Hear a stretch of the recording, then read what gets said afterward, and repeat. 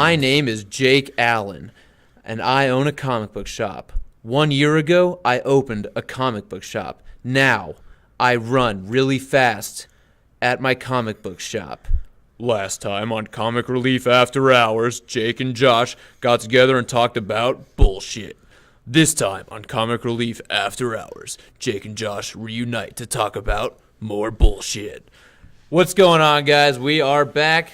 Here we are. Josh, say hi. Hey. You know what? I never realized how similar Jake and Josh sounds like Drake and Josh. Yeah, I know. Yeah. Maybe we should start switching up to Josh and Jake. Maybe we should just start playing the theme for Drake and Josh. I don't even know the theme. It's not that popular. I never thought that it'd be so simple. Yeah, you know. We'll figure out our own theme. I don't like it. You know, okay. No. You know they had 5 bedrooms, but they had to share a bedroom. The fuck? Yeah. Well, it's like a giant. I am not talking about Drake. And Josh I'm just right saying, now. the house is up for sale, and it's listed with 5 bedrooms. You pay way too much attention to like the Instagram, minutia man. of Jesus. Instagram, man. Dude, it's all about Facebook. Josh Peck is on there. What he is posted this about new it. age hooey about Instagram? It's all about Facebook and the grandpas and grandmas. What is all this hooey about? It's all this newfangled technology. Anyways, guys, today we are here with a few sent-in questions and topics that people said they wanted to hear us talk about. You know, we are getting up to about a steady 50 listeners now, so yeah, we're chugging right along. But a few of you guys sent in some topics, so we kind of modified them on our own, how we like to spin it. So the first thing we're going to talk about is the Black Panther movie that's obviously coming out in February, and a few, little details about that, and what it's going to mean for, the comic book movie genre as a whole. Then Josh wanted to talk about the way that the comic books have been influenced by the movie and movies and TV, and really not the other way around. And the last thing I wanted to talk about was kind of the diversity angle that the Marvel comic books have been going in, and if they're successful or not successful. So that's kind of our syllabus for today. So kind of risque with that last one, aren't we? Oh, dude, it's about to get hot in here. Yeah, it's gonna be a hot topic. It's about to get hot in here. But not like the emo hot topic. Like no. We're not going to start selling buttons. More like people with horrible quotes from Suicide Squad. Yeah, more like people throwing paint on my fur coat as I walk out of my shop after I've closed kind of topic. Yeah. Yeah, that's... I fully intend where after this hits the webs... You're hated by most of the community. Already, yeah. Already. Yeah, but you do have a pretty good rep of being an asshole. Hey, people come... They come here really for the entertainment of me ragging on them. They really do. Some people come in for the punishment. I come here to buy comic books and get roasted. Some people come in here just to engage me and me to just talk mad shit about them and then walk out without buying anything, only to come in a few days later to have the same thing happen. So I provide a service and an experience as well as commodity. Yeah, you're selling your retail and your entertainment. Exactly. I'd like to see Kings Island try to do something like that. They can't. They can't. They don't have that kind of entertainment. And for our international / domestic listeners who don't know what Kings Island is, it's a theme park. It's like Disneyland. Yeah, but like Midwestern but Disneyland, and Paramount pulled out. Anyway, we're getting way too far off. So let's talk about Black Panther.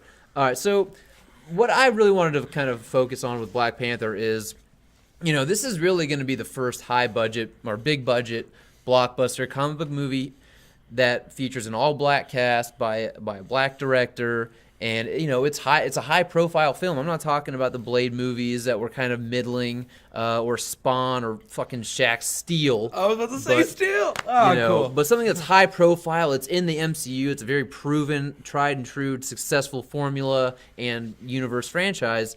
But the one thing I can't help but wonder. Now I'm gonna completely disregard the overall quality of the movie of Black Panther, and I'm curious if we're gonna see. Perhaps because of the social climate and the times we live in, are critics and people going to be really easy on this movie because of, the equality thing, because it's an all black cast. It's a black director. It's a black lead. It's a black antagonist. It's other than Andy Serkis and Martin Freeman, right? Is that right? Yeah, I think Martin Freeman's in it too. Yeah. As Everett Ross, you pretty much have an all African American cast and filmmaker. And so I think we can all agree Wonder Woman now, finally people can agree with me that Wonder Woman is It's a competent movie. It's not a great movie. It's not groundbreaking. It's a female-led superhero film. It's a big budget superhero film with a female lead and a female director, and a very pro-feminist movement right now in the country. Are we going to see the same thing? Are we going to see people hitting it with kids' gloves? Are the critics going to be hitting it with kids' gloves, kind of like the female Ghostbusters movie? What do you think? I mean, personally, this topic is so hard for me because it's hard to think of a Marvel movie that I wouldn't enjoy. Because even like when Marvel does Let's just say this mediocre, real quick for the people who can't see us. We are, I know by the tone and sound of our voice, you can't tell, but we are two white men. Very white. So it makes us Very a white. little nervous talking about this because we obviously know this video is going viral, and so millions of people will hear our thoughts. Personally, yeah. Yeah. No. But seriously, I have a hard time thinking about it because Marvel they haven't really done wrong with me yet, but I do agree. I do think that if say that this was a Fox movie, that yes, we would be very hesitant on saying this is a bad movie because of diversity. See, I don't know to me if it matters who's making the movie, what studio it's coming from. It's just it's the subject matter of the movie, right? It's the time in which this is being struck in the cultural zeitgeist. It's that's what matters. I don't think it matters who makes it, Sony, WB, Marvel, Disney, or Fox, whoever. I don't think it matters with that. I'm mostly saying with Marvel Studios, they know what they're doing. Mm-hmm. They got it. I mean, they could take a character that's not that great and make you actually kind of like them. Like Ant-Man. Right. Exactly. You once you watch Ant-Man, you understand this is why you need a person that can shrink down to a really small size. How they're useful in the team, unlike Batman and the Justice League movies. Ant-Man wasn't under the microscope, right? That was actually really more of a surprise hit for everybody. Was that pun intended?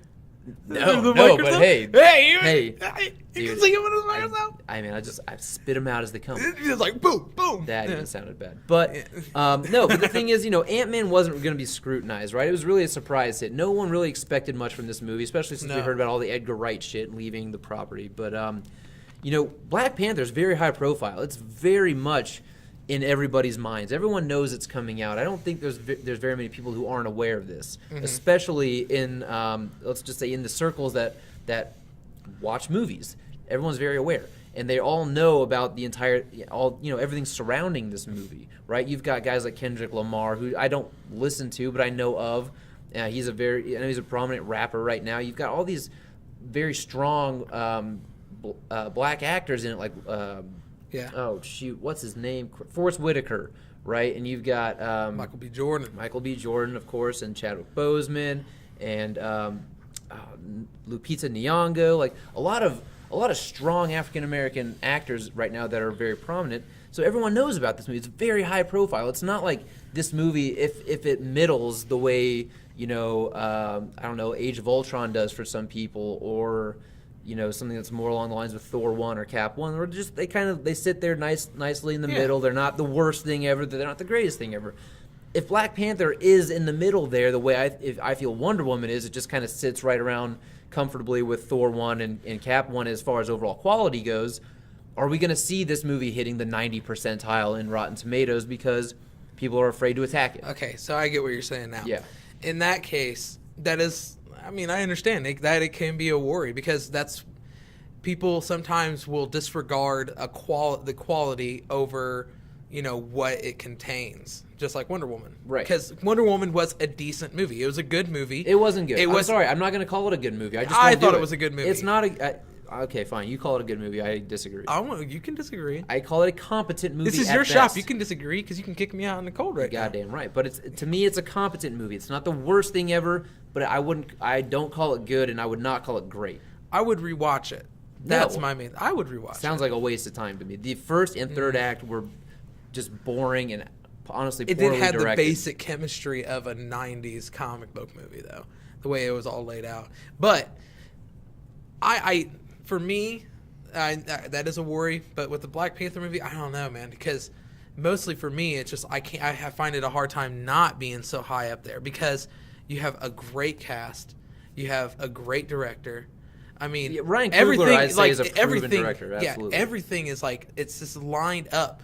Like, I mean, right now for me, I'm having a hard time because I'm seeing the new suits and stuff, and I'm kind of iffy on them. I'm iffy on them too. Yeah, like there's the mesh on the mouth thing. I don't like that. I don't like and then the open eyes. Yeah, I would rather. don't. See, the thing is, And I hate the fact that the antagonist of the movie has pretty much the same suit, just a different color and which pattern. is what a lot of people are talking about. Like, that's the Marvel formula. You get the origin film, and your villain is basically a mirror opposite of your hero. Like Iron Man #1. Or Thor 1, Cap 1. Yeah. Doctor Strange, pretty much. Ant-Man. I mean, all of these, you look at them, their villains are mirror opposites of the hero. Yeah. And I think that, had you done a Killmonger that was a little bit more comic book accurate, you may have run the risk of seeming like a racist stereotype in some ways, because the way he's depicted does feel very African tribal. Yeah. But to me, I think you can do that, and it's okay. I think you can do that tastefully and it not feel like a stereotype. That's because you're white. Oh, absolutely. I mean, You're a white privileged male. Yeah. Whatever. I'm not going to... yeah, whatever. But I think you can do it and do it tastefully. I don't think it would cause an outrage, but that's just me. Again, I've never been to Africa, but I just feel like you could do it, especially because this movie is set in Africa, in Wakanda, in a jungle setting. In Wakanda, which is a place that don't actually exist. Exactly. It is a fake. You don't know. Yeah. You don't know what's going on in Wakanda. We do know, but okay, so let's talk about some of the things this movie's got going for it, right? There's no talk of cultural appropriation that I've seen so far, right? The way people talk about like Ghost in the Shell or the Matt Damon's The Great Wall, right? Like you've got this white character coming in and basically stripping a minority race of, grandeur or something. That's not happening here. But on the flip side, like I said, it is so high profile now that if this thing fails, if this thing is not good, which I'm not saying that's going to happen. I really do believe this is going to be a really good movie. I do. And honestly, most of my faith is in Ryan Coogler, the director. But if it's not, what happens then to African-American superhero films in the future? Well, I mean, as you said earlier, Steel, and we still survive. I mean, Shaq played Steel, and that was... Yeah, but... And we're still getting Black Panther. Okay, when did Steel come out? 96? Yeah. So we're talking like 22 years? I need to wait 22 years? Blade, all three Blade movies. Okay, again, not as high profile, not high budget, not like a big budget You're saying, are we going to blockbuster get movie. a big budget movie like that? See, here's the thing. Blade 1, surprise hit, right? Didn't make a ton of money at the box office, but it was a surprise hit enough to warrant 2 sequels, because it wasn't a high budget film. This is a big, bloated, $150 million movie at least, and you've got a lot of prominent black actors in this movie. If this thing bombs, what does that say to the rest of the comic book genre as a whole? Oh, we're not ready for a black actor or a black superhero film. Mm-hmm. And what does that mean going forward for black superheroes? And it's not because Falcon can't do it, but we're not going to see a Falcon movie. No. I don't think we're going to see a War Machine movie. We're not going to see a Nick Fury movie. But we do have black characters that could hold their own movie. But if Black Panther fails, does that make people stop and go, oh, okay, black superhero films don't work? Personally, I don't think that. I don't think that the success or failure of a movie depends on your actor or your character being black or your character being white or your main character being a woman. I think it's the overall quality of the film that makes or breaks your movie. Yeah, it all depends on your script, your director, everything. You got to make sure that all the stuff in the background is what matters. Yeah, and here's my thing too. I don't want this movie to be singled out. Like I know there's going to be contest here because there's going to be fans that fall on both sides of this fence. Personally, with Wonder Woman, I don't think that movie should have been like, oh, well, it's a milestone in superhero films. We have the first female-led big budget movie, and it wasn't terrible. So 92% of Rotten Tomatoes. Look, why don't we look at it objectively as a film? It was an okay film, okay, but talking about Oscar buzz for this movie is absolute bullshit. See, I agree with that. Okay. Even though I still think the movie's good, I do not think I think it's good the same way that I think like Thor is good. Yeah.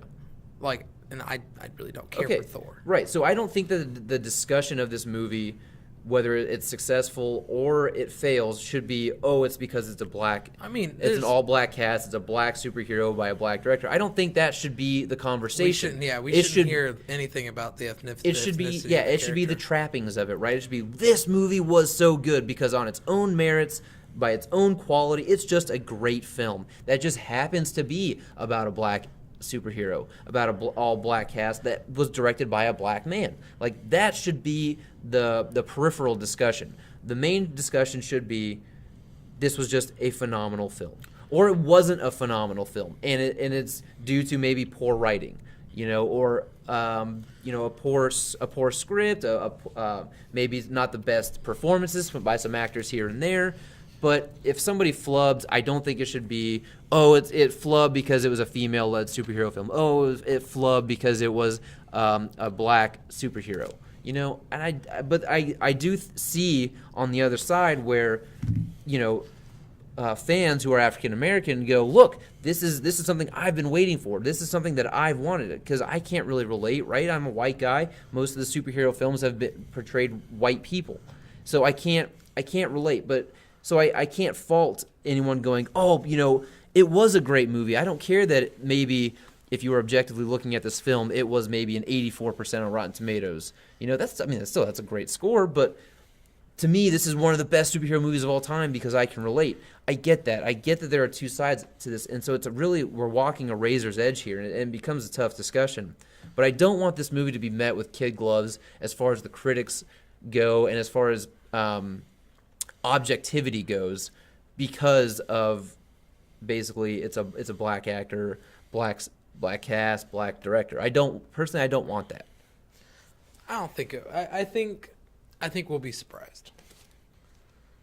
I think we won't have I'm to not worry speaking about it. to what the quality of the movie is going to be. I'm not talking about the quality. I'm saying I think we'll be surprised. We won't. I bet we won't well, even hear too here's much the thing. about. People will never cease to surprise me, but it's usually not for the better. It's usually these people are fucking dumb, right? The Last Jedi petitions is fucking dumb. The petitions that shut down Rotten Tomatoes because it gave all the DCEU films, and at the time it was just Suicide Squad and Batman vs. Superman, bad ratings. Like, that's just stupidity, if you ask me. Yeah. But then there's stupidity on the other side. Wonder Woman's the greatest superhero movie ever. Fuck off. No, it's not. Yeah. I don't care what you say. Oscar buzz. No, I don't care what you say. Logan was by far and away the best comic book movie this year. Thor Ragnarok was a better movie. I don't care what you say. I'm saying objectively, those are better films. Footnote, last podcast. What about it? Because you said that you did your favorite movies. Oh yeah, if you want to talk. Footnote, go to last podcast. Yeah, go to my best movies of 2017. Best and worst of 2017. It's the last video uploaded. But I just want to see a good film, and if it's a good film, if it's absolutely groundbreaking and astounding, good. Give it all the praise it deserves. If it is flawed, here's the thing: if it's a flawed movie, but it's a good movie that has flaws, praise the greatness, point out the flaws. It's okay. It's okay to do that because there's no perfect movie. It doesn't. You don't have to sit here and just go, "Oh, it's the greatest movie ever," just No. because of what it contains. No, exactly. Like, I objectively can watch Wonder Woman and go, okay, there are good moments in this movie. There are maybe even, dare I say, great moments in this movie. They're few and far between. But it doesn't make it a great movie or a good movie because of certain moments. The good has to far outweigh the bad if it's going to be a great movie. The one good note to take from all this is there's no way that this movie can be as bad as Guardians of the Galaxy Volume 2. No, I don't think that could happen. And let's just say there's no fucking way this movie will ever be as bad as Justice League. That's true. That movie is hardly even a movie. Yeah, it's pretty bad. That's a bunch of vignettes. That's what that movie is. Yeah. That are just poorly spliced together. Yeah. But anyway, that's kind of what I want to talk about as far as Black Panther, because as a moviegoer and as somebody who tries to remain as objective as possible, I want this movie. I want people to stay objective on this, right? If you're gonna be objective about all the movies preceding this in the MCU franchise, be objective about this one as well.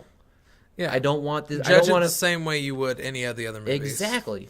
You know, you wouldn't be like, Captain America is so great because Captain America: First Avenger is the greatest comic book movie ever because it's an all-white cast. No, exactly, and I'm not going to be because it has Red Skull, one of my favorite villains. Red Skull is one of my favorite Marvel villains, but he was treated very poorly in that movie, and I docked that movie heavily because of Red Skull's portrayal. So, you know, if you're going to, let's just be consistent across the board.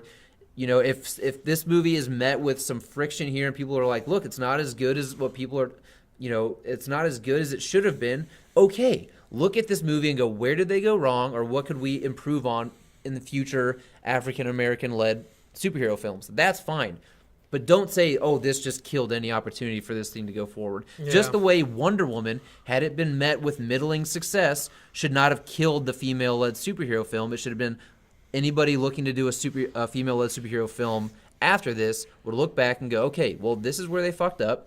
Let's make sure this is better when we do our movie. So I think Marvel, even though they didn't beat DC to the punch with the female-led superhero film, can look at Wonder Woman, and I don't think they're stupid. They can look at Wonder Woman and go, okay, look, critics definitely were really nice about this movie, but here's where they went wrong, and here's how we can improve on it in our Captain Marvel film.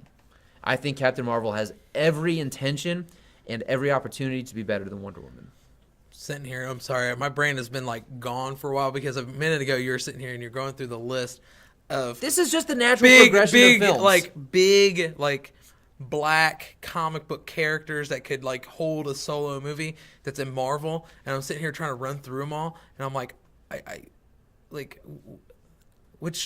mean, you can't really do a Falcon solo movie. No, I mean, you could, Bishop, but I don't. Can you name any? Like, what other ones could you think of? Marvel's been really kind of bad of having like a big, you know. I mean, you got Luke Cage, dude. I'm sorry. I think it's TV show. They have the TV show, right? But I don't think they should have put him on TV. I don't think so either. I think he would easily hold his own movie, dude. And he'd be. I would love to see. If you did a Luke Cage movie like Jackie Brown in that style, like a blaxploitation style film, because that's where this character emerged from in the first place. If you did a Luke Cage style movie in the MCU like that, fuck, dude, it would have hit hard. Sweet Christmas, it would have hit hard. Oh man, it would have hit. Personally, so hard. I think all of those characters in the Defenders Netflix series deserve a film. Oh yeah, absolutely. Totally. And if any of them deserve a film, especially now looking back, it's Iron Fist. He deserves a big budget. Yeah, he does. He needs a big budget. He does. He needs a big budget. That's what kind of makes it. Daredevil can be a $40 million film, just like we talked about with Batman. Yeah, Luke same Cage thing. could be a $40 million film. Yeah. Jessica Jones could be a $35 million film because she takes even really like she gets less, like 5 less because she's a woman. Is that what it is? Is that what you're trying to say? Dude, yeah. You're trying to say she gets $5 million less because she's a woman? Yeah. Or because you can just literally just make it about a private investigator who happens to have powers. You can basically take Jessica Jones and put her in Double Indemnity, a movie from the 40s. Let's calm down on the superhero aspect of characters and hit more on the detective stuff. Well, let's hit on the character stuff. Let's have a Daredevil movie that's like A Few Good Men. Look, we're getting way off track here. Okay. You want the truth? I can't see the truth. But he can hear it. Sometimes I want to smack the shit out of you. I know you do. All right. I mean, I would say Miles Morales, but he has a cartoon coming out. I think Marvel could do a better Blade movie than what we've had before. I think they could. I think Blade could be another huge success. And honestly, I'm not adverse to recasting Wesley Snipes. But if you want to, I understand if you want to distance yourself from the previous stuff and make it your own and not have any baggage with it by casting him, you could. There's plenty of actors out there who are deserving of the chance. Oh, yeah. So, anyway. Those are my thoughts on Black Panther. Do you have anything to add before we move on? No. All right, so let's move on to your topic, which was, the comics now mirroring and imitating what we see in movies and TV as opposed to the movies and TV taking their inspiration from the comic books. Yeah. Well, I mean, it's obvious that when comic book movies come out, the sales of comic books of that certain character type title goes up. They spike temporarily. I mean, just with the Infinity War trailer, Jake here's already been selling Infinity trades and Infinity Gauntlet trades and Guardians of the Galaxy related things, anything that's got the gems in it, just from the trailer alone. Yeah. So or we look at like Suicide Squad, Harley Quinn and Joker. The craze for that spiked up. Now it's died back down. Yeah. So when the characters are released out into the public like that does go up. So one thing that if you are a comic book reader, you have noticed over the few years that they Marvel and DC, the DC's guilty of it too, but mostly Marvel. Yeah. Mostly Marvel. They will change aspects of these characters that we have grown with to look more like the actors who portray them, or act more like the actors that portray them. Yeah. Or Tony Stark before, when Robert Downey Jr. first started playing Tony Stark, it was like, oh my God, Robert Downey Jr. is Tony Stark. Every Iron Man book sounded like Robert Downey Jr. They wrote like it was basically Robert Downey Jr. Even to the cartoons, they have them sound. Or Mightiest Heroes, they try to get an actor to sound like him. Everything. You have John Barthol. John Bernthal, yeah. Now the Punisher, they draw him to look just like him. Now, I mean, even in minor things like Diggle now being a character who is the original character in Arrow, now we see him in the Green Arrow comic books. Wally West, we have an African American who plays him in the show. Now that's the Wally West that we have in the comic books. And he lives side by side with the original white Wally West. Yeah, and the crazy part about it is Iris is still white. Yeah, yeah, that's true. So it's and even the suits changed to look like that. Oh, absolutely. I mean, geez, look at the Iron Man armors in the late 2009, 10, 12. I mean, they all mimicked the Iron Man armor from the movies. Yeah. Yeah. So the main problem the main thing I worry about is with doing that. I understand why comic book publishers are doing this. They're doing it because you got a lot more people that are going to watch these movies than you actually do having read these books. So what's the best way to do it is change the characters so it's what these people that go watch the movies are related to and knows. Yeah, easy transition. But what does that do to the people that's been reading these books for years? It alienates us a little bit. I mean, as somebody who's been reading Iron Man comics long before the movie came out, I kind of yearned for the comics of yesteryear when Tony Stark was not modeled after Robert Downey Jr. Because even when I saw Iron Man, the first one, as much as I loved that movie, I realized there's a big distinction between the Tony Stark from the comic books and the Tony Stark on screen. They have many similarities, but there's quite a chasm there of who he is in the comic books and what Robert Downey Jr. did with the character on screen. Yeah. And don't get me wrong, I love the portrayal on screen, but there are things about the movies that I wish I saw a little bit more influence from the comic books. Yeah. I mean, Guardians of the Galaxy, granted, Jesus it was Christ. the comic That's probably books, the most flagrant foul. Guardians of the Galaxy, granted, the comic books were never really that good. Let's be honest. I mean, there's probably a few people out there that really love the Guardians of the Galaxy books, the original storyline and everything. Sure there are a ton of fans of the original incarnation of Groot. Oh yeah, and also don't forget about how the one of the main members was Yondu and everything like that. Yeah. But the thing is, it's like now, once the Guardians of the Galaxy, the first movie came out, now they release it out in bulk. And they all look almost exactly like the characters. Oh yeah, dude. Star-Lord only wears which they never trench, looked like that. No, he only wears a trench jacket now. He doesn't wear his helmet face plate thing. He doesn't have the Ravager's uniform. Yeah. Drax is now shown with a little more intricate tattoos instead of just the bold red lines. Yeah. Gamora looks nowhere near as sexy as she used to. Let's be honest. She's wearing a lot more now. Oh yeah, she's much more covered up. But you got a lot of that. And I'm pretty sure Rocket Raccoon in the comic books always had a Cockney accent.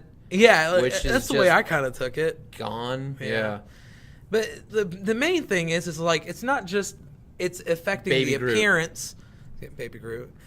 It's not just affecting the appearance of the characters or the costumes the costumes and uniforms that they wear, but it also affects the storylines as well. You got the Quicksilver and Scarlet Witch thing. I mean, for a lot of people who don't know and only know the movies, Quicksilver and Scarlet Witch were twins of Magneto. Yeah, they're mutants.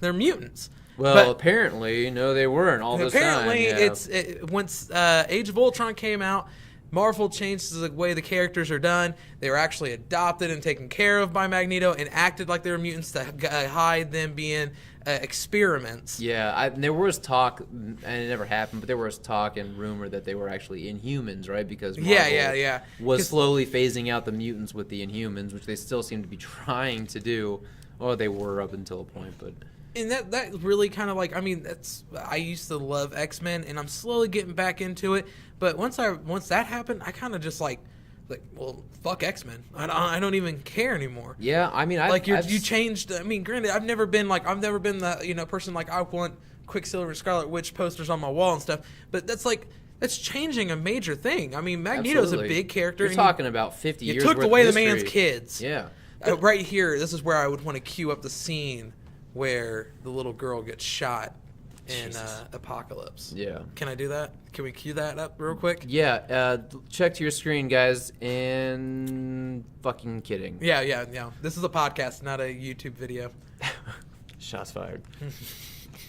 But no, but the thing is, like, there's a real permeation, like there's real like osmosis here between the movies, TV, and comics now, which I don't want. I really want a partition put up between the two, because the comics I've always looked at as a different medium than the movies, right? I've always looked at the comics as stories that are, that's the real canon, right? The movies are fun adaptations of that. They're not the same thing. I don't want to see the comics and the movies side by side. And the problem is that the movies are now dictating the story in the comic books, and now the comic books, their stories are kind of lackluster due to having to slave and pander to what's coming in the movies. Yeah. Make sure that the new Guardians release. The Guardians are very prominent in a lot of the books. They're crossing over into other titles. But it also removes the stakes of these. Like, I don't think that the writers at Marvel now feel they have free reign on these characters, because it's like, well, I got to keep these guys around, and I can't do a whole lot and change up a whole lot when Captain America or Iron Man is going to be a huge part of Infinity War. So I got to make sure, like in Invincible Iron Man, the search for Tony Stark, they're bringing Tony Stark back into it, and Riri Williams is probably going to be phased out just in time for Infinity War. I don't like the correlation there. Let the comics sit on their own. Let them live on their own, and let the movies live on their own. I get if you want some cross-breeding here and there, but what you really want is you want cross-promotion. Yeah. But they're doing it too much. Yeah. Well, I mean, you said it best.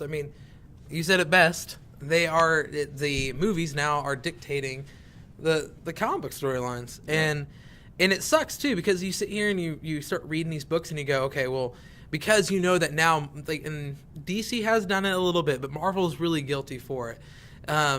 But you do have these moments where you kind of sit here and you read, like, well, did they only do this because they're going to do this in the movie? It feels like an extension of the movie. Yeah, that way the movie can do, these movie companies and everything, they can do what they want to do with the storyline, and they can't have comic book fans going, well, that's not the way it was in the comic book. It's one less thing that comic book people can complain, which is a great tactic, I guess. Sure. But at the same time, you lose readers. They are losing readership. I mean, the sales numbers prove it. And it's interesting. If you really look, Fox has owned the X-Men properties for years and years and years now, right? Mm-hmm. We've never seen the X-Men comic books try and mimic the movies, right? Mm-hmm. Because, well, Marvel doesn't own the X-Men. So the X-Men have been kind of free to do whatever they want. Except when Marvel wants to use two of their characters. Right. But so now we've got some pretty decent X-Men runs right now with Old Man Logan and X-Men, our Astonishing X-Men. Even X-Men Gold's not bad. Phoenix Resurrection. That's a great storyline too. It's not so bad. But that was only because they didn't have to be beholden to the movies. Now, when they're going to be getting these rights back, I'm very interested to see what happens with these X-Men comic books. Another great example is Marvel. They alienate the characters that were owned by Fox. Now they're finally getting all this back, and this is old news. But I mean, there's posters that they usually make, and Marvel puts out, and they have majority of all your big name characters in their comic books, and it's all the comic book drawings. And there for a while, for a few years, they had no X-Men, no Wolverine, which is a huge Marvel character. It's funny. None. It's funny. I have a T-shirt that I got as a gift, and it says the periodic table of Marvel superheroes, and all of the it looks like a periodic table, but it's got pictures of all the different characters. There's not a single mutant on that shirt. See? Not a single one. It's like Marvel was purposely trying to go, hey, pay attention to our Marvel Studios. Yeah. Don't pay attention. They were cutting down on X-Men merchandise as to not prop up the films as much. They just can't, and I honestly think that's the reason why they took Fantastic Four out. Fantastic Four did not have their... I still have a conspiracy theory about Fox purposely trying to smear the Fantastic Four property. That way, when Marvel inevitably got it back, they couldn't do anything with it. I don't know. That Marvel 2-in-1 Human Torch and the Thing, though, that's... But it's not titled Fantastic Four. It is not titled Fantastic Four, but it is it makes me excited for Fantastic Four. It does, and I honestly think what they're going to do in the movies, what they're doing here in the comic books, not make a Fantastic Four movie, but pepper those characters in other films. See, that'd be great. And I think it's a smart way to go for now, because I think the Fantastic Four name was tarnished. Yeah. See, and I think that's where DC boosts up, and it's bad when the Marvel fanboy is sitting here boosting DC. Their comic books, other than the Wally West and the Diggle and everything, I mean, and they don't really minor characters. Yeah, here. they don't really follow too much, and if they do, they have their own separate books. Arrow, when they wanted to make it Injustice, they have their own separate books. Flash, for the TV shows, if you like the TV shows, here's a comic book just from the basing off of the TV show. Yeah. Everything else, they kept it untouched. I mean, there's a couple of things they let leak over and everything, but the characters still look like the characters that we know. They still act like the characters that we know.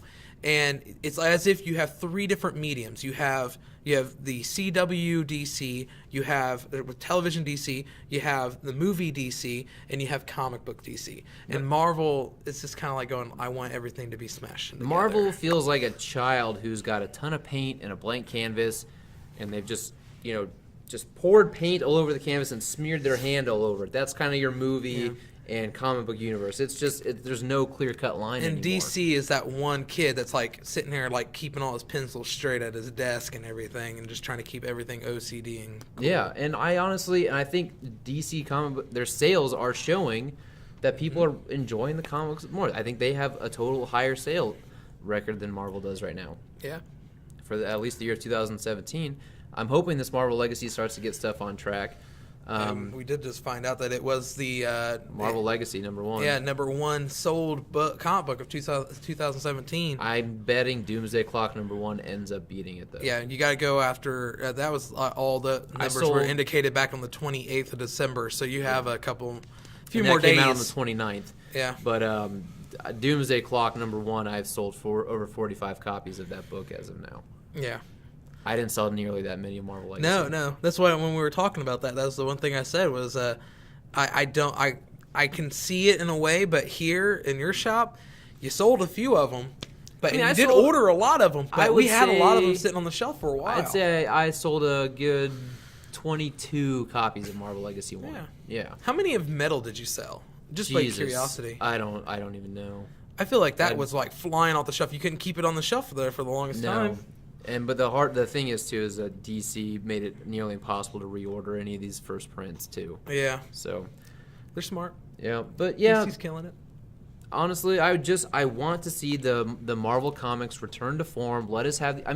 Iron Fist. It's so funny. You can take these examples. The Iron Fist comic book is nothing like the failure of the Netflix series, and this title launched after that Netflix series. Yeah. And they're like, nah, yeah, we're going to do our own Iron Fist. I'm going to say one thing. This is one time I'm going to actually go, okay, this was cool. Defenders. When they released the comic book, I was kind of hesitant on it at first because I'm like, this looks like it's just going to be a retell, like it's just going to be like them trying to make it like the comic books, like it's a separate thing from the TV show. That, yeah. And the indication of that. And I read it, and I love it. It's a great storyline. I do like the Defenders, and I really like Bendis getting to put Deadpool in for a few issues. Can we not talk? That's too soon. All right. I know we got him until May, but the Bendis stuff is too soon. Okay. Yeah. But again, it's another thing. It's trying to drum up sales, right? More people are watching the Netflix series. More people are watching the movies, and hopefully these people who are watching this realize these are all based on comic books, so hopefully it drives them into a comic shop to pick these things up and boost sales. But I think you're starting to alienate your long-term audiences. And my last topic, which was, for the life of me, I can't remember. Oh, the diversity thing. Yeah. And I think that segues perfectly into our last discussion thing, which is Marvel's whole attempt at making these comic books characters more diverse. We're so trashing on Marvel tonight. Huh? We're so trashing on Marvel We tonight. are, but let's be honest. As a whole, Marvel's comics, They're letting us few down a years little bit. have not been great. They have a handful of really good ones, and then it's like no wonder why Bendis is going over to DC. Yeah, but their attempt to be all-inclusive and equal in this very diverse economy right now, where a lot of people are calling for equality amongst race and gender, and no gender identification, whatever the fuck that means. But I think you're alienating your long-term audiences with this tactic, because if what's happened basically is there's a very small group of people who have a very loud voice, right? They make a lot of noise, and whenever there's a lot of noise being made, people's ears perk up and pay attention. Well, that's what happened, right? So Marvel decides, what we're going to do is we're going to put a female Thor in. We're going to put a teenage black girl in Iron Man. We're going to make whatever the fuck they did this for, make Captain America a Nazi. Miles Morales is going to keep going on. Wolverine is going to be replaced with a female. What else we got? Miss Marvel is Kamala Khan. Totally Awesome Hulk is Amadeus Cho, right? Asian descent, Muslim descent. There are other ones. Hawkeye, Iceman. female Hawkeye. What? Iceman is now gay. Moon Girl and Devil Dinosaur, right? There's all these attempts to be all-inclusive and tolerant of all races and beliefs. And as an idea, I get it, right? That makes sense to do, because the comic books have always actually been a more political medium than people are willing to admit, and they're always supposed to be a reflection of the times. Well, the times we live in now, comics almost always push a more liberal agenda than conservative, just the way it's always been.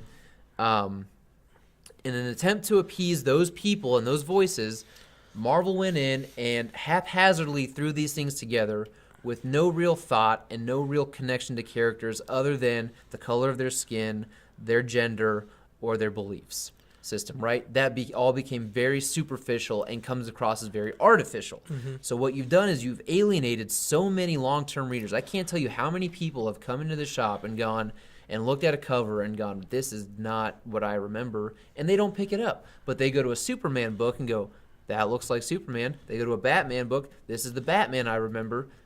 And so those loud voices that clamored for all this diversity and all this stuff and interfering in a medium they don't even read, Marvel, in an attempt to appease these people and hope to gain readership, made these changes, but all those people who made noise did not come out and buy comic books.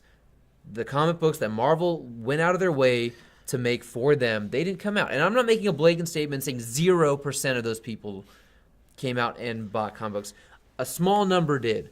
But if you look at the sales, America Chavez, it's not like her issue 1 and 2 were just crazy high numbers, and then it tailed off because the story was suffering. Same thing with Female Thor, although the Female Thor is a good book, I like it. A good book. But it's not like there's a ton of people out there looking for Moon Girl, Devil Dinosaur. Invincible Iron Man readership has tailed off. And it's not like these numbers were flying and just super high and slowly and steadily declined as the story proved to not be very good. These characters to not feel like real characters, but more an attempt to just give people what they want and really give these characters no soul.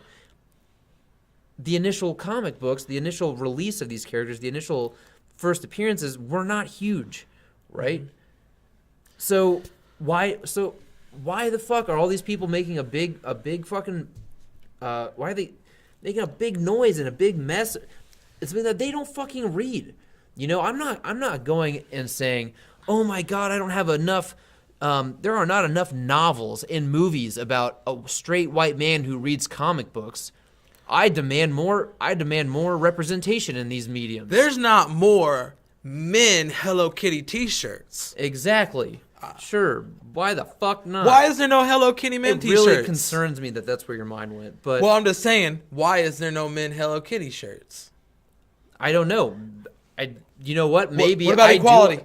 I don't want to have to go buy a woman's 2XL to be able to wear Hello Kitty shirts. That's not fair. That's not fair. This is bullshit. Maybe I like hats. Yeah. I like hats that greet me when I walk in. I like little kitties that wear pink bows. Yeah, I mean, who doesn't? Yeah, but I can't find a T-shirt for made for me. Me. Yeah, not us. No, I want a men's big and tall Hello Kitty T-shirt. Yeah, where the fuck? I'm a big guy. I need a big shirt.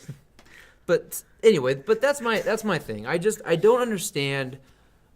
I don't understand why these people. I think it's less speaking to Marvel Comics and more about the movement that's going on right now, right? Which is find something that you've got a problem with, even if it doesn't actually personally offend you, but you see there might be some kind of injustice or unequal problem, and point it out, make a big deal about it. Once you're appeased, once it's taken care of, move on and just leave that in your dust. And I think that's bullshit because now you've got all these long-term fans who have been reading, like me. I've got Iron Man comic books out the ass, right? I've got a lot of Captain America books. And when they did the whole Hail Hydra thing, I jumped right off. I read it, but luckily I had the shop. I read it, but I did not want to buy any of them. I don't collect these new Iron Man issues. I read them, and they're written by Bendis.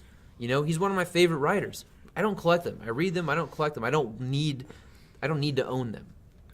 I personally think that I understand what they're trying to do, and I do think that part of it does need to happen. I mean, like with our conversation that we had earlier, Marvel does not have a whole lot of good, strong, solo run African Americans or any different kind of race characters of that. But here's the thing: you don't change a character that everybody's used to. Exactly. And go with that. You make new characters. You make new characters that everyone can grow to enjoy at the same time instead of changing something completely.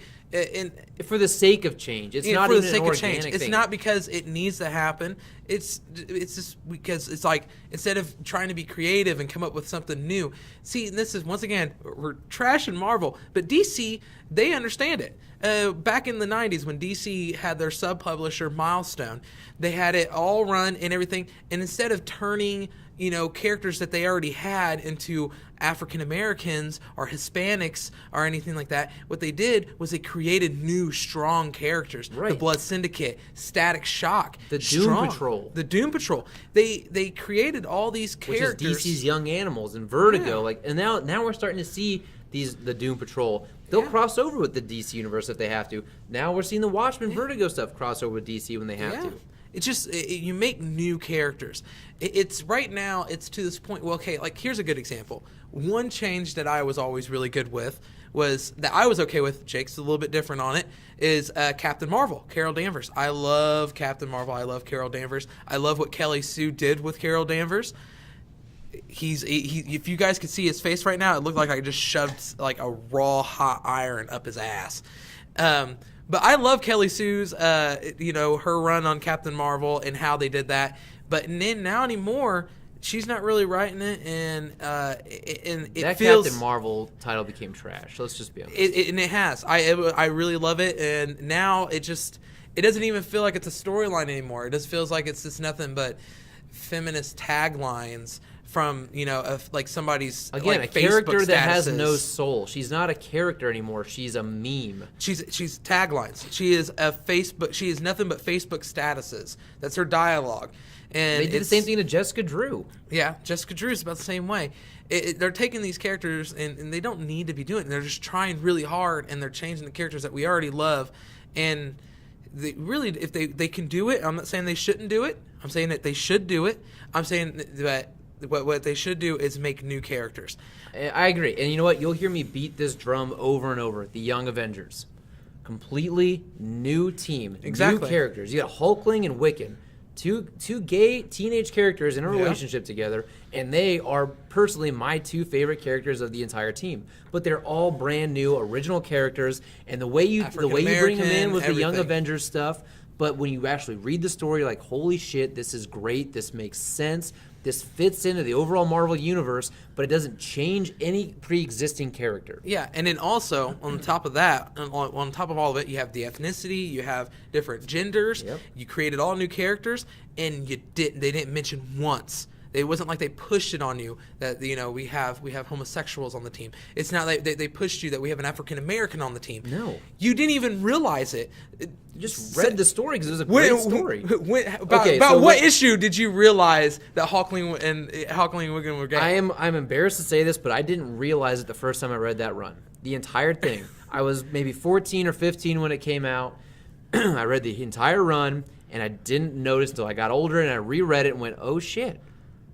People are right. They are gay. And it still didn't bother me. It's something I didn't even notice because it wasn't shoved down your throat. You don't need to notice. Unlike this Iceman thing. Like, it was just unwarranted. It was needless. Yeah. There was nothing in the 50-some years of this character's past to go, we've always been hinting at this. Yeah. You don't need to showboat it. It's like they are walking around. It's like the one white guy goes like, hey guys, this is my black friend. Like, I'm not racist. This is my black friend. Yeah, I'm not racist. I have a black friend. Yeah. Jake's not racist. He has African Americans that come in the shop all the time. Yeah, exactly. And we talk. And they talk. And we fist bump and Yeah. stuff. Aramis, I'm Aramis, calling you out, bro. we're calling you out, Aramis. Aramis, come out and pick up Batman the Signal. It deals with Duke. I know that Aramis is one person that really just picks up comic books just because it's African Americans on the cover. It's true, and I can't fault it's that percentage that he was talking about where it doesn't cover 100%. Aramis fits into the mirror, not where it doesn't make it 100% on sales not happening.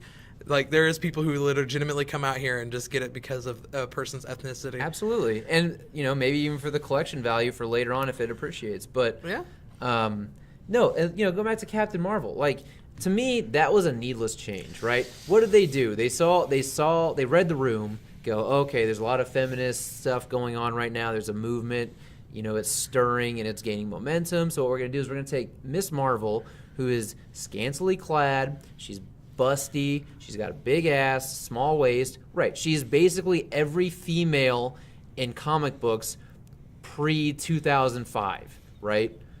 Everyone. So what do? They're gonna cover her up. They're gonna give her a butch haircut. They're gonna give her more power, more more stature in the comic books, more respect in the comic books. She's not gonna be objectified. Blah blah.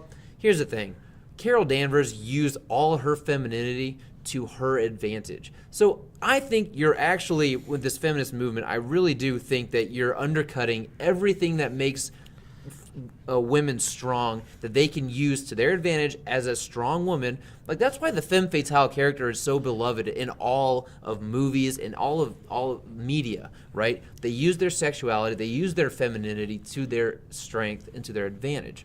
Now you take a character like Miss Marvel, who did that. She was notorious for that. She was always an Air Force pilot, colonel, whatever the fuck her ranking was in the Air Force. Well, now she's a captain. She was always it's that. It's the professional wardrobe uniform. And well, you know what? I'm a general. I outrank her. Shut up. I outrank Captain General America too. So, but no, here's the thing. You take all these things about that women have inherently that men don't have, right? Women know men are stupid. They know our jaw is going to drop at the sight of cleavage and shit like that, right? We are really stupid. We're dumb. We think we alternate between two brains. You're going to say dicks. You're going to say dicks. Like it doesn't stop anything else that you said. Half the time, our decision making is predicated on what our dick's telling us to do. Absolutely. But a strong woman knows that and uses it to her advantage. She uses her assets, right? If she's busty with no butt, highlight the boobs kind of thing, right? But use it to your advantage. There's nothing that's saying that because you're scantily clad that you're a slut. No, maybe you're comfortable in your own skin. You don't mind showing it off because you're not just giving it out to any old Joe Schmo who's asking for it. You know what I mean? And that's who Captain Marvel or Miss Marvel was. Now let's go back to the other side of the fence. Let's go look at DC. Have we really seen much of an attempt to cover Wonder Woman up? We've had a couple, but they failed.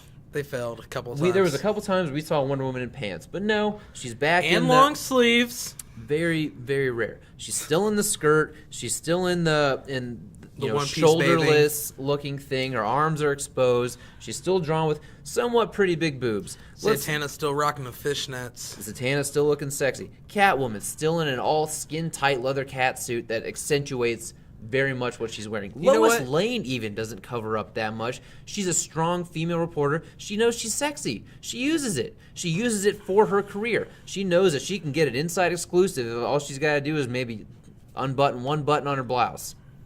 Does that mean she's a slut? No, it means she's using... Isn't that harassment? How is that harassment? That's her harassing me. No one's telling you to look, you pig. Okay, I won't look. All right. She's not getting exhibit exclusive, some self-control. She's not getting exclusive. Might as well move to the Middle East and put on a burqa. I do like ankles. I mean, that's the thing. Even we don't have to get into that, but they cover up because men cannot control themselves, so the women have to cover up. But I'm a different side, man. For me, I like my females strong. I like my strong female characters, but strong female characters to me are not covered up head to toe. That doesn't indicate strength. No. It doesn't. It doesn't indicate strength. You're right. I'm talking about personality-wise, like a girl that can sit here and just pretty much go like, "Hey, you're gonna go fucking do this," and I'm like, "I'm gonna go fucking do that." And that was still Carol Danvers pre-Captain Marvel. Yeah, but she doesn't need to be wearing a one piece. Why not? Just I'm okay with the whole. Who do you think the audience was? Do you think that it was a bunch of women picking that book up or men? Well, of course it was going to be men because she was wearing a one piece. Okay, we can sit here and argue all day about Carol Danvers, but Carol Danvers Jessica at the end of the day Drew, is still same thing. Jessica See, Drew, I was about same to bring thing. that up. See, that's the one thing about it, right? It's like you don't need any of all that. You don't need a skimpy costume. You don't need the hardcore feminist. Jessica Drew, if you read, especially during like the Secret Invasion era, that skimpy costume really helped out. Yeah. Okay. She was a triple agent, and she used her sexuality. Okay, I'm not saying she slept with every dude, but she used her sexuality to her advantage. It's a gain intel to gain higher ranking in the sex that she was not sex sex sects that she was trying to invade or basically infiltrate. Yes, but at the same time, that's called a femme fatale. It's a character trope as old as time. Okay, it is, but Jessica Jones though. Jessica Jones never needed a skin. Well, she had Jewel. She had the Jewel, but she didn't wear it for very long. No.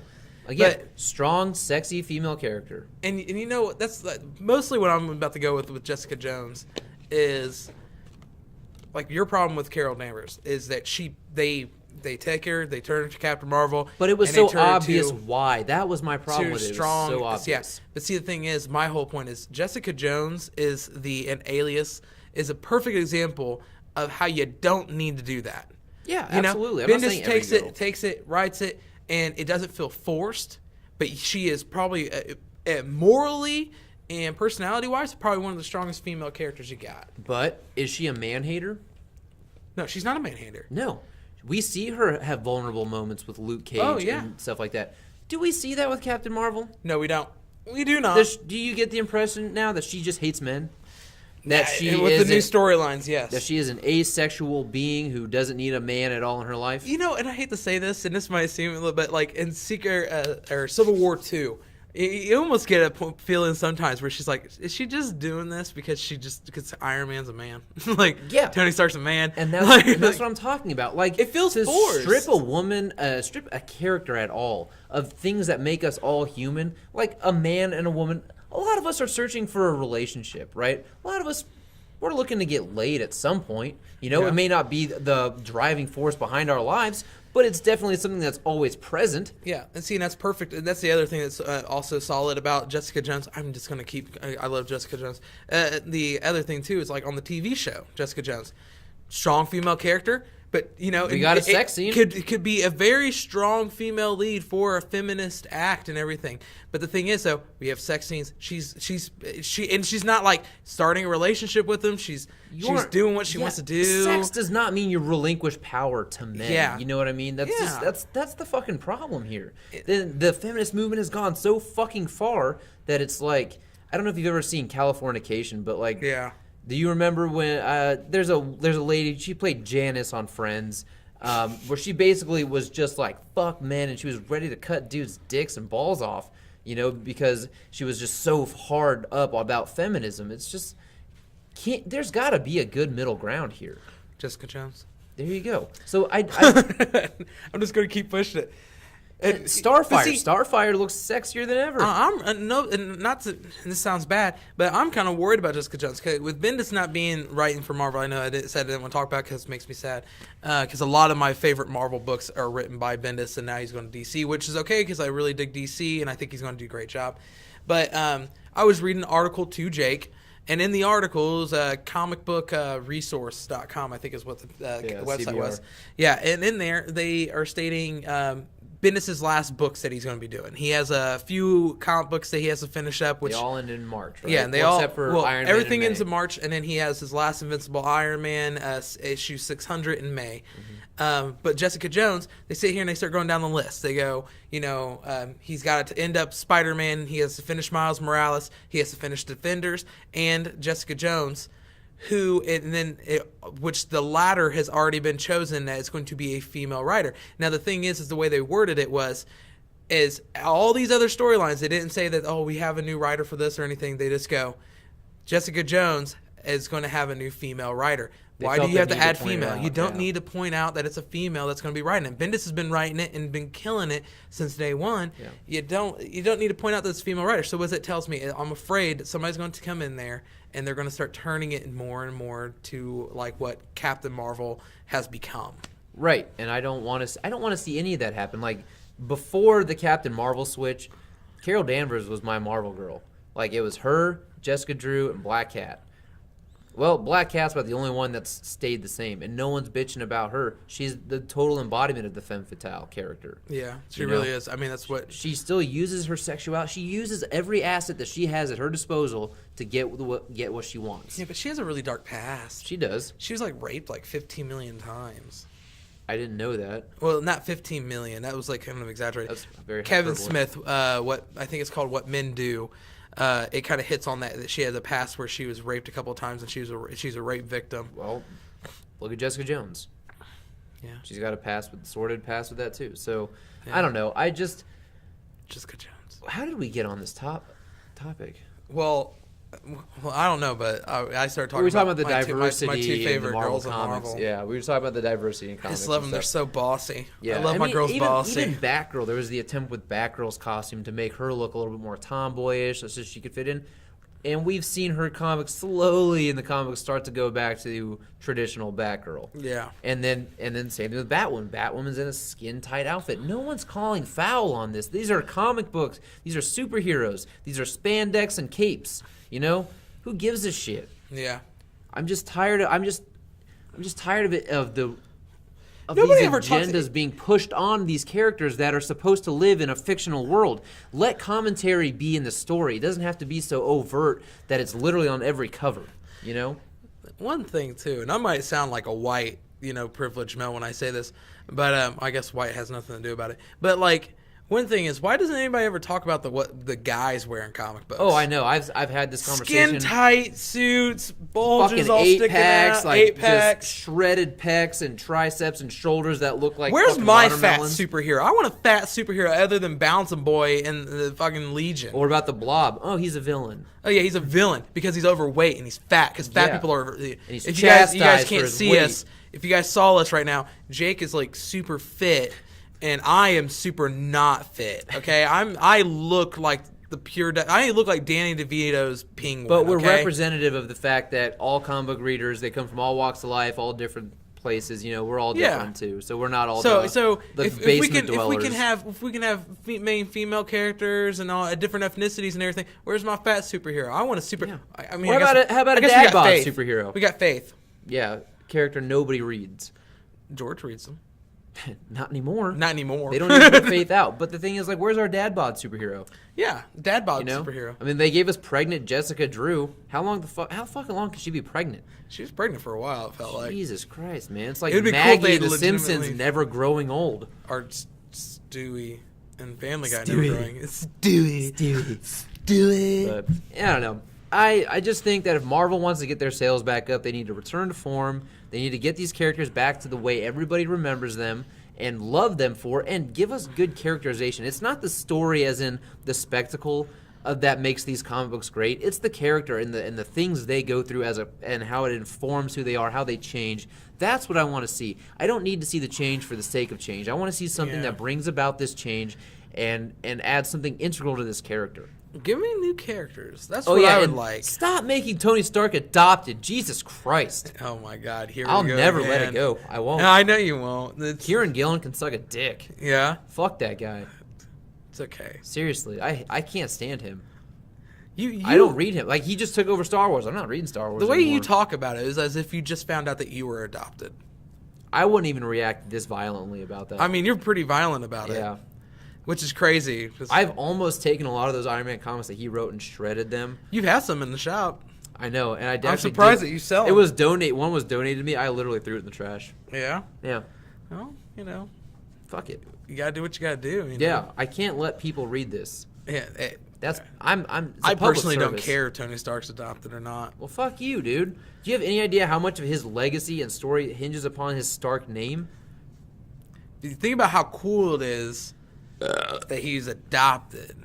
It's not cool. It's kind of cool. It's so dumb. What if you were adopted? You'd be like, man, if you read the way they did Stark. it, if you read the way they did it and the way it was executed, it was horseshit. You know how rude that is for Look, let's just. You know how rude that could be for adopted people? It's like, hey, I know that you were adopted. They did it in Avengers 1. Thor says Loki was adopted and people had a hissy fit for half a day about it. So it's like okay, so it's like these are the parents I got when Tony Stark got adopted. He got like rich folks. Yeah, I mean it could actually be really spit in the faces of orphanages and shit. But anyway, look, guys, I think that's about all we've had for today before we maybe start to go at each other's throats a bit here.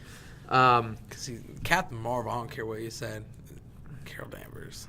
Yeah, I prefer Carol Danvers with less clothes on. Sorry, and somebody I who embrace prefer her being super. I prefer the woman who embraced her sexuality. You shut up, guys. We really appreciate you for listening this far in. It's just about over an hour now. If you liked what you heard, please hit that like button. Hit it. Share. Subscribe to the channel if you haven't. Comment. Create some traffic here. And guys, if you also look in the link in the description below, you'll find a link to the Facebook page for the shop, the Instagram page for the shop. Give us a follow there so you can see all the new items that are coming in the shop. We really appreciate all your time. And fuck Josh. Fuck you!